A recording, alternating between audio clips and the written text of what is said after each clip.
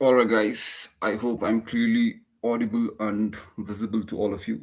Today is the day 35 of recording the daily videos for next 75 days. And today we will talk about again Indian issues, specifically about the population, how this rise in population can degrade the standard of living in our country, and what are the measures taken by the Indian government. So, in a nutshell, this video will be all about the population control measure and how is it very essential for our sustainable growth and development. All right. So, without wasting any further time, let's just start our video. See, population control measures are essential for India's sustainable growth and as well as for development, because unchecked population growth can strain our resources, right? Because the resources, specifically uh, non-renewable resources, are very limited, right?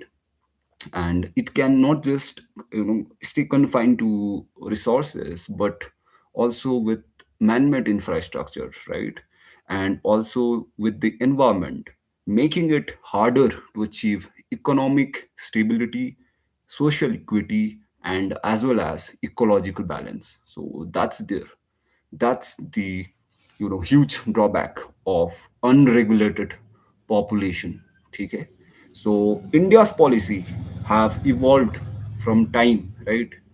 And family planning to rights based approaches that emphasizes education, healthcare, and empowerment. Now let us see how and why population control matters for sustainable development and growth. First is resource management. India's population is projected to reach more than 1.64 billion by 2050 and surpassing China, right? It's a huge deal. We will be the world largest populated country. And this input, and this puts a immense pressure on land, right? Or resources like water, food, and as well as energy sources, as I've said earlier. All this renewable or non-renewable energy sources, because they come very limited, right? And with this immeasurable population growth, things might get very hard with the time, right? So that's there. And second, why the population control measures matters is economic growth. A stable population ensures that economy gains are not diluted by excessive dependency ratios, right? Too many dependents per worker, it would be very hard, right? So yeah, in a simple words, yeah, the economic growth is directly proportional to the population, right? If there is employment for the limited population, then that's a ideal state where the economic growth can prosper, right? However, with you know unregulated and huge population, it can strain a lot of employment, right? Not just in public sector, but as well as in small micro startups, right? So that's there. And third, why the control measures for population matters is social development. Overpopulation worsens the unemployment, right? Poverty and as well as inequality, making it harder to deliver quality education, healthcare, sanitation, and as well as urban and rural housing. When there's huge population, right, the plan doesn't really work as planned by the government, right? The scheme do not reach to the masses when there is huge population. So that's there. And fourth point, why control measures in population matter is environmental protection, right? So that's the main you know uh, element, right? Where we live, the only uh, property which we own is the land or motherland, right? For that matter, the whole world, right? We live in it, right? And when there's rapid population, not just for India, but for whole worldwide, right? When there's population, there's increase in industries, there's increase in automobiles, right? And fast forward, right, what does it do? It spread huge pollution, right? And with this there is it generally paves a way for environmental degradation. Rapid population growth accelerates deforestation due to urbanization. The people would shift from here to there in families. When there's joint family, they tend to separate and build up their own house, right? And with this there's a lot of exploitation of natural forest, right? There's certainly deforestation and they build up the house. And as I've said, with population there is inevitably pollution, right? And carbon emission would rise and touch the sky, right? It would generally skyrocket, right? When there's many automobiles, right? Then pollution is, we are definitely welcoming pollution, and with this there's a lot of environmental degradation which undermines the climate goals, right?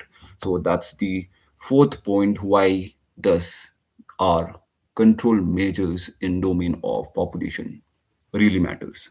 That's there. Now we'll look into few key population control measures in India. First is National Population Policy of 2000. eh, 2000, in the year 2000, it aimed to achieve a stable population by 2020, 2045. I'm really sorry, it's 2045, focusing on voluntary family planning, right? हम एक हम दो हमारे दो, some sort of things, right? In China also we can see one child policy, and yeah, all those kind of things. And it generally the main, in a nutshell, it aligns this policy of 2000, uh, national population policy aligns population stabilization with economic and environmental goals. All right.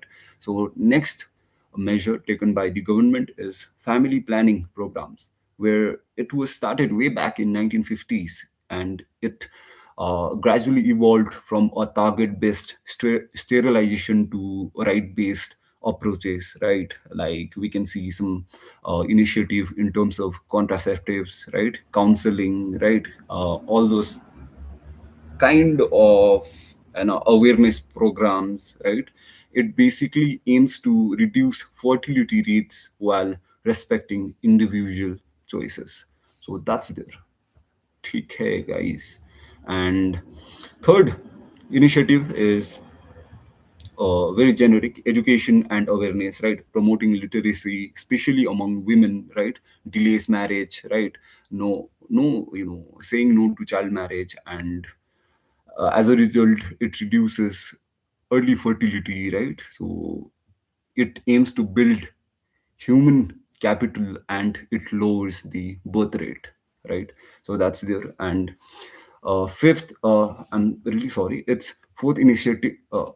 The fourth initiative is healthcare access, right? Expanding maternal and child health services, safe contraception, as I've said earlier, and reproductive rights, right? And it improves the survival rates and reduces the need for larger families.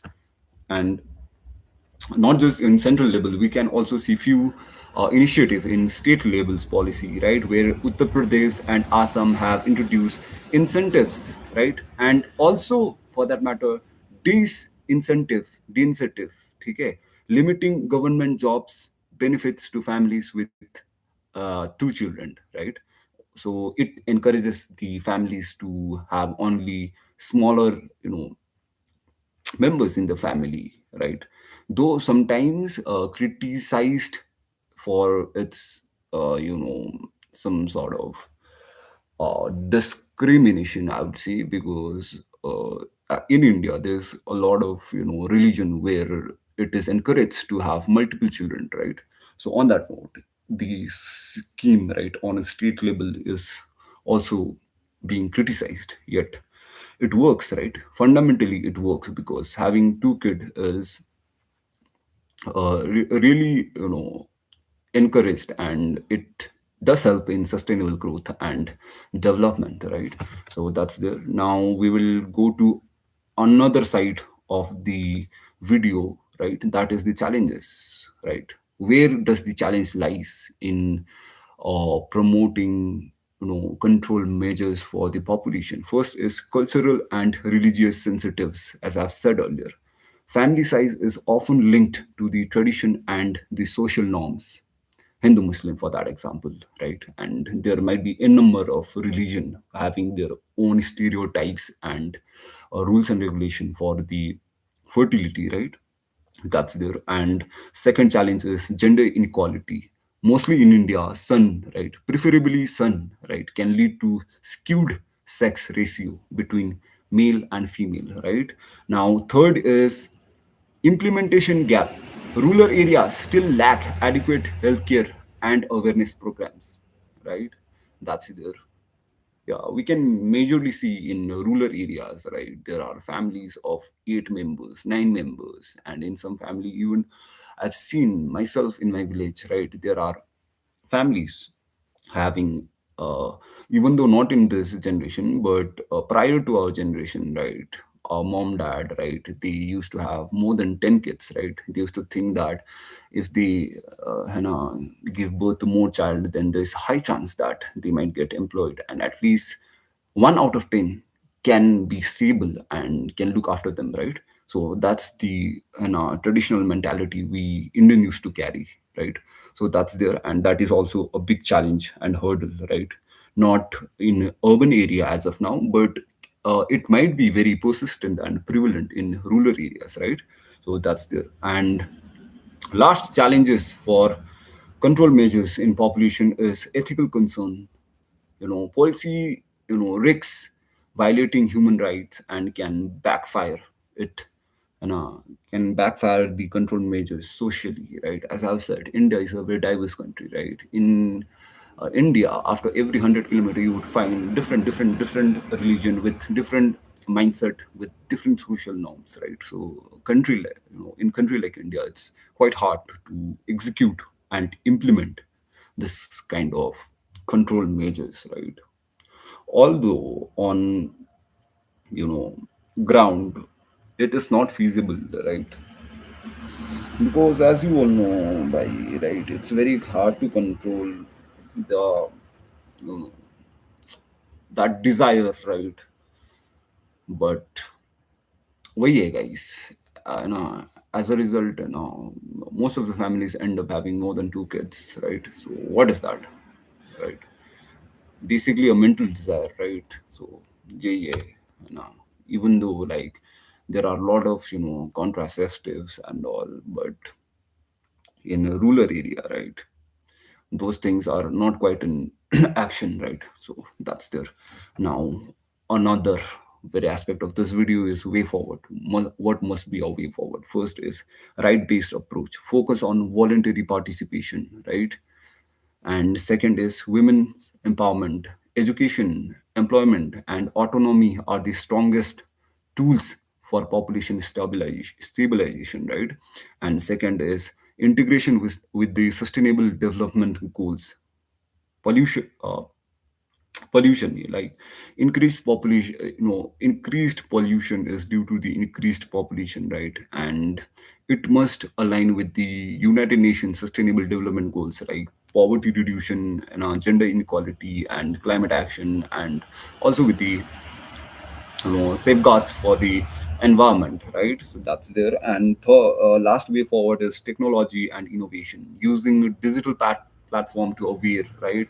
Nowadays most of the rural people are on Facebook, right?